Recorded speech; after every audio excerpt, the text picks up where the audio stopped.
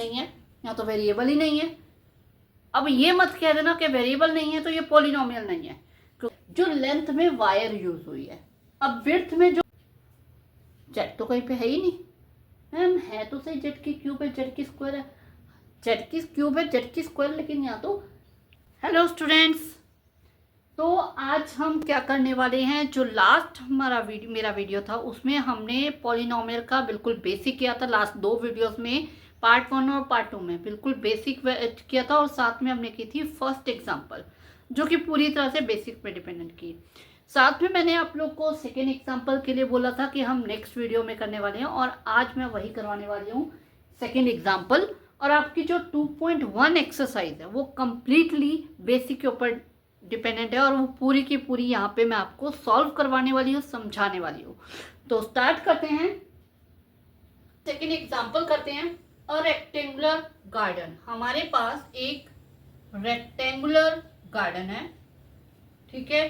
Length L metre, यानी कि इस रेक्टेंगुलर गार्डन की जो लेंथ है वो L मीटर है, एंड विड्थ इसकी W मीटर है। क्लियर? रेक्टेंगल है, length L metre, width W metre. To be fenced, fenced पता है ना क्या होता है, यानी कि बाड़ लगाना, जो कि चारों तरफ एक वायर लगाई जाती है कांटेदार या कोई और ढंग से उसको कवर किया जाता है, दैट इज अ फेंस्ड, ठीक है। तो इसके चारों तरफ इस तरह से बाड़ लगाई गई है, ठीक है। साथ में क्या बोला गया है कि बाड़ कुछ इस तरह से, मतलब फेंस इस तरह से किया गया है कि वो डेकोरेट, मतलब वो सुंदर लगे, ठीक है। तो उसके लिए क्या किया है, जो एक वायर फेंस की है लेंथ में एक वायर लगाई है, ये इस तरह से वायर लगाई है पूरी, और जो उसकी वुडन फेंस की है विड्थ में पूरी वुडन फेंस इस तरह से दोनों तरफ वुडन फेंस लगाई है, ठीक है। एट द कॉस्ट 100 पर मीटर, 80 पर मीटर रिस्पेक्टिवली। रिस्पेक्टिवली का मीनिंग हमें पता है, जो चीज पहले आई है उसका पहले आंसर है, और जो चीज बाद में उसका बाद में। तो यहाँ पे आपको पहले लेंथ था, यानी कि जो लेंथ पे जो वायर लगी है ये 100 पर मीटर, सॉरी पर मीटर, 100 रुपीज पर मीटर है, और जो आपके विड्थ में लगी है वो 80 पर मीटर है, ठीक है फ्रेंड्स। अब हमें सबसे पहले तो इस फेंस की टोटल कॉस्ट निकालनी है। देखो सिंपल सी बात है,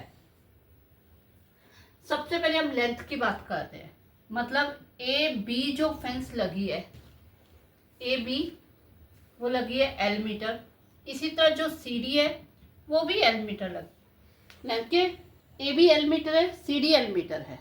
तो यानी कि टोटल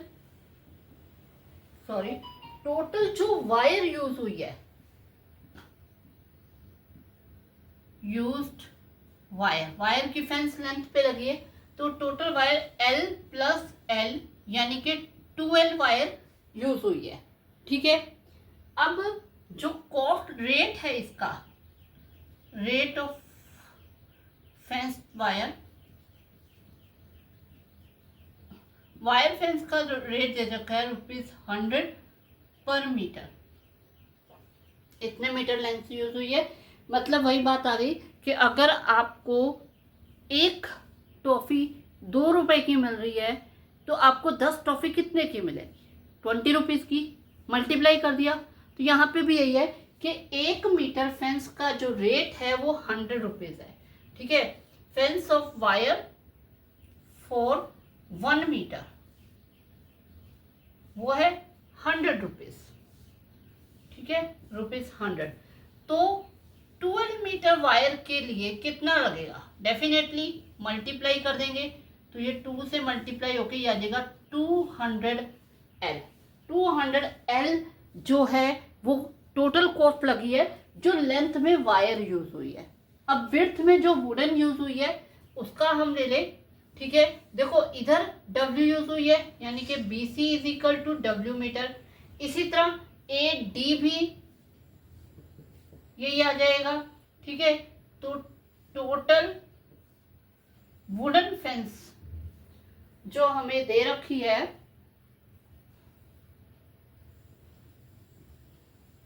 वुडन फेंस यूज्ड, वो कितनी आ जाएगी, वही W प्लस W यानी कि 2W हो गई। ठीक है, अब price for 1 metre wooden fence क्या है, 80 रुपीज। 80 रुपीज पर मीटर दे रखा है 1 मीटर का, तो टोटल कॉस्ट कितनी आ जाएगी, वही मल्टीप्लाई कर देंगे। तुमने 2 को 80 से किया तो यह देगा 160 रुपीज।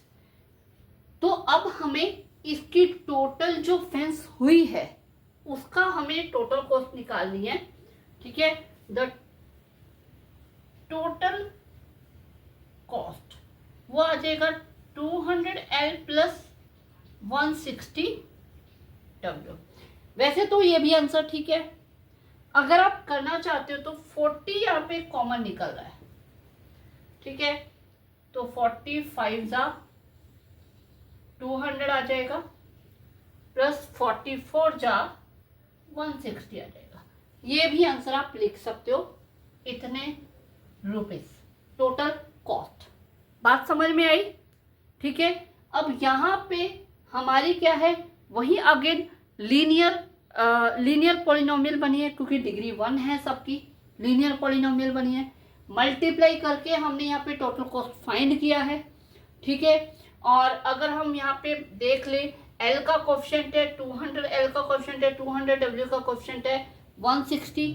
ठीक है, तो और बाइनोमियल है क्योंकि 2 टर्म्स आ गई है इसमें, तो बाइनोमियल है। ठीक है, उसके बाद इन्होंने कुछ और भी बोला है, special seed have been sown throughout the garden, पूरे गार्डन में एक स्पेशल टाइप के सीड बोए गए हैं। ठीक है, एट द कॉस्ट, उसकी कॉस्ट दी गई है।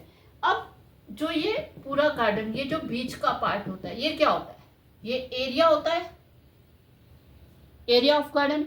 अब यहाँ पे अगर कोई सीड्स बोए गए हैं तो सबसे पहले हमें एरिया चाहिए, क्योंकि एरिया को अगर हम उसके प्राइस से मल्टीप्लाई करेंगे तो टोटल कॉस्ट आ जाएगी सीड बोने की। तो यहाँ पे हमें क्या फाइंड करना पड़ेगा, एरिया ऑफ गार्डन। अब एरिया क्या होता है, लेंथ इनटू ब्रेथ, और यहाँ पे लेंथ इनटू ब्रेथ क्या है, LW हो गया। अब इसका प्राइस फॉर सीड सो करने का प्राइस है 50 रुपीज पर मीटर स्क्वायर, ये मीटर स्क्वायर है। ठीक है, तो टोटल कॉस्ट क्या आ जाएगी,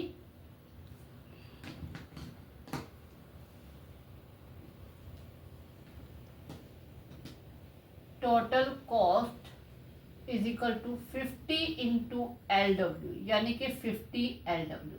अब जो ये आपका आया है 50 LW, ये क्या है, ये डिग्री 2 का है, क्योंकि एक L की वैल्यू होगी, एक W की वैल्यू होगी, तो डिग्री 2 आ गई इसमें। ठीक है, तो क्वाड्रेटिक बन गई एक तरह से, तो ये आ गई है टोटल कॉस्ट उसकी। क्लियर हुई सेकेंड एग्जाम्पल, और ये भी क्लियर हुआ कैसे लीनियर इक्वेशंस बनती हैं, पॉलिनोमियल्स कैसे बनते हैं। क्लियर हो गया? ठीक है, तो ये जो आपकी फर्स्ट और सेकेंड एग्जाम्पल थी, आपको बेसिक समझाने के लिए था कि कैसे पॉलिनोमियल्स बनती हैं। ठीक है, अब जो आपकी 2.1 एक्सरसाइज है, वो पूरी की पूरी जो मैंने आपको करवाई थी, बेसिक चीज़ें बताई थी, पूरी की पूरी उसी पे डिपेंडेंट है, मैंने बोला भी था। तो हम ये उसी के हिसाब से इसे कर लेते हैं फटाफट। देखो यहाँ पे क्या दे रखा है, find the degree of the following polynomial, हमें डिग्री बतानी है। तो डिग्री मैंने क्या बताया था, हाईएस्ट पावर ऑफ वेरिएबल, यही बताया था, वेरिएबल की हाईएस्ट पावर। तो इस इक्वेशन में देखते हैं हाईएस्ट पावर क्या है 2, तो इसकी डिग्री क्या आ जाएगी, इसकी डिग्री आ जाएगी 2। क्लियर? इसमें हाईएस्ट पावर क्या है, सिंपल 3। इसमें क्या है मैम, कुछ भी नहीं है, यहाँ तो वेरिएबल ही नहीं है। अब ये मत कह देना कि वेरिएबल नहीं है तो ये पॉलिनोमियल नहीं है, क्योंकि मैंने अपने बेसिक के वीडियो में बिल्कुल क्लियर किया था कि ऐसा नहीं है कि वेरिएबल नहीं है तो वो पॉलिनोमियल नहीं है, क्योंकि यहाँ पे भी वेरिएबल है। यहाँ पे अगर आप वेरिएबल x ले रहे हो तो x की पावर जो है वो 0 है, क्योंकि किसी की भी पावर जो 0 होती है वो 1 के इक्वल होता है, तो इसलिए यहाँ पे x की पावर जो है 0 है। तो अगर x की पावर 0 है तो वेरिएबल की हाईएस्ट पावर यहाँ पे क्या है 0, तो डिग्री क्या हुई 0, ठीक है। तो इसकी डिग्री हो गई 0। क्लियर। इसमें डिग्री क्या है मैम, इसमें भी जेड की कोई पावर ही नहीं दे रखी है ना। मैंने बताया था, बिल्कुल सही, बच्चों ने सही पहचाना कि कोई पावर नहीं होती तो मतलब 1 होती है, तो इसलिए इसकी डिग्री क्या है, इसकी डिग्री है 1। Okay clear. चले आगे। तो क्या है कि सेकंड क्वेश्चन में क्या देखा, right the polynomial of degree 1, 2 and 3। अब इसमें क्या है कि आपको पॉलिनोमियल्स लिखनी है अपनी तरफ से, 3 पॉलिनोमियल लिखनी है, एक जिसकी डिग्री 1 हो, एक जिसकी डिग्री 2 हो, एक जिसकी डिग्री 3 हो। मतलब हाईएस्ट पावर ऑफ वेरिएबल 1 हो, हाईएस्ट पावर ऑफ वेरिएबल 2 हो और हाईएस्ट पावर ऑफ वेरिएबल 3 हो। That's it. आपको सिंपल यही चीज ध्यान में रखनी है। देखो डिग्री 1, वैसे यहाँ पे जो हमने पॉलिनोमियल्स बनाई थी ये सारी डिग्री 1 की थी, ठीक है। डिग्री 1 देखो ये आपके सामने पड़ी है, आप इसको भी उठा सकते हो। इसके अलावा मतलब आपको अगर आप x में बनाते हो x, this is the degree 1। अब इसके साथ कुछ भी लिख सकते हो, बस x की पावर नहीं आनी चाहिए इससे बड़ी। मान लो यहाँ पे मैंने 5 + 7 लिख दिया, या यहाँ पे मैंने 255 बहुत बड़ी वैल्यू लिख दी, या only 2000x, this the degree 1। ठीक है, क्लियर हुआ। ठीक है, अब इसी तरह मतलब डिग्री 1 का आप x + 1 सिंपली ये भी लिख सकते हो। डिग्री 2 यानी कि x² होना चाहिए, बाकी इसके साथ कुछ भी लगा दो आप, बस x² से बड़ी पावर नहीं होनी चाहिए। तो x² + 1 लिख सकते हो, x² + x + 1 लिख सकते हो, साथ में कुछ और वैल्यूज लिख सकते हो। ओके, उसके बाद डिग्री 3 यानी कि x³ आपको चाहिए सबसे हाईएस्ट पावर। इसके अलावा आप यहाँ पे 3, 2x², 5x + 6 ऐसा भी कुछ लिख सकते हो। Only x³, this is also degree 3। ठीक है, तो क्लियर हुआ डिग्री के हिसाब से पॉलिनोमियल कैसे। अब कोई भी आपको इस टाइप का सम आ जाए आप लोग कर सकते हो। ठीक है, अगर मान लो यहाँ पे दिया हो डिग्री 34, तो क्या करोगे, x की 34 ले लिया, only 34, this is also degree 34। आप इसके साथ ये भी लिख सकते हो, ये नहीं कि 0 तक चला देना, इतनी लंबी नहीं लिखनी है, 3-4 वैल्यूज लिख सकते हो, +5 लिख दिया, खत्म कर दो। ठीक है, what are the coefficients of x² and x³ in the polynomial. इस पॉलिनोमियल के अंदर आपको x² और x³ के कोएफिशिएंट्स बताने हैं। कोएफिशिएंट्स मैंने बताया था गुणज, यानी कि जो मल्टीप्लायर है, जो मल्टीप्लाई हो रहे हैं। तो यहाँ पे x² के साथ आ रहा है 6, यानी कि x² का जो कोएफिशिएंट है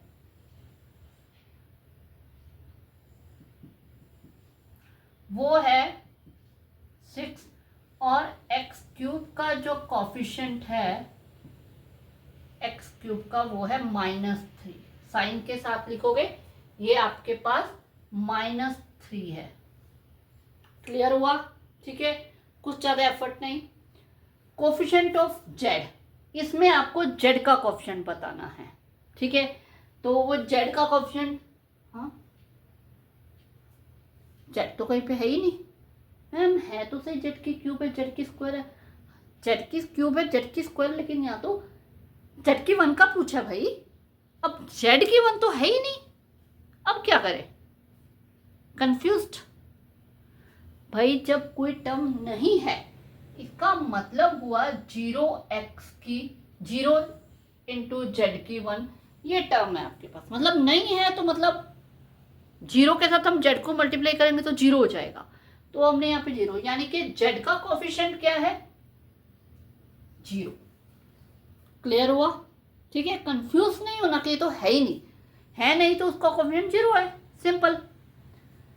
कांस्टेंट टर्म कौन सी बताई थी, कांस्टेंट टर्म, कांस्टेंट यानी कि फिक्स्ड, स्थिर, जो बिल्कुल ना हिले। तो यहाँ पे कांस्टेंट टर्म कौन सी है, जिसके साथ वेरिएबल नहीं हो, क्योंकि वेरिएबल आ गए तो हम चेंज कर सकते हैं, तो वेरिएबल है ही नहीं जिसके साथ, वो होगी कांस्टेंट टर्म। तो यहाँ पे कांस्टेंट टर्म आपकी है -10। तो इसके साथ आपकी 2.1 एक्सरसाइज कंप्लीट हो जाती है। ठीक है, नेक्स्ट मेरी वीडियो में जो भी 9th की वीडियो आएगी उसमें मैं लेकर आऊंगी 2.2 एक्सरसाइज कंप्लीटली अच्छे से क्लियर करवाने के लिए। ठीक है, तो बने रहिए, जरूर देखना वो वीडियो। इसी तरह हमारा सिलेबस बहुत स्मूथली और बहुत इजीली होता चला जाएगा। ओके।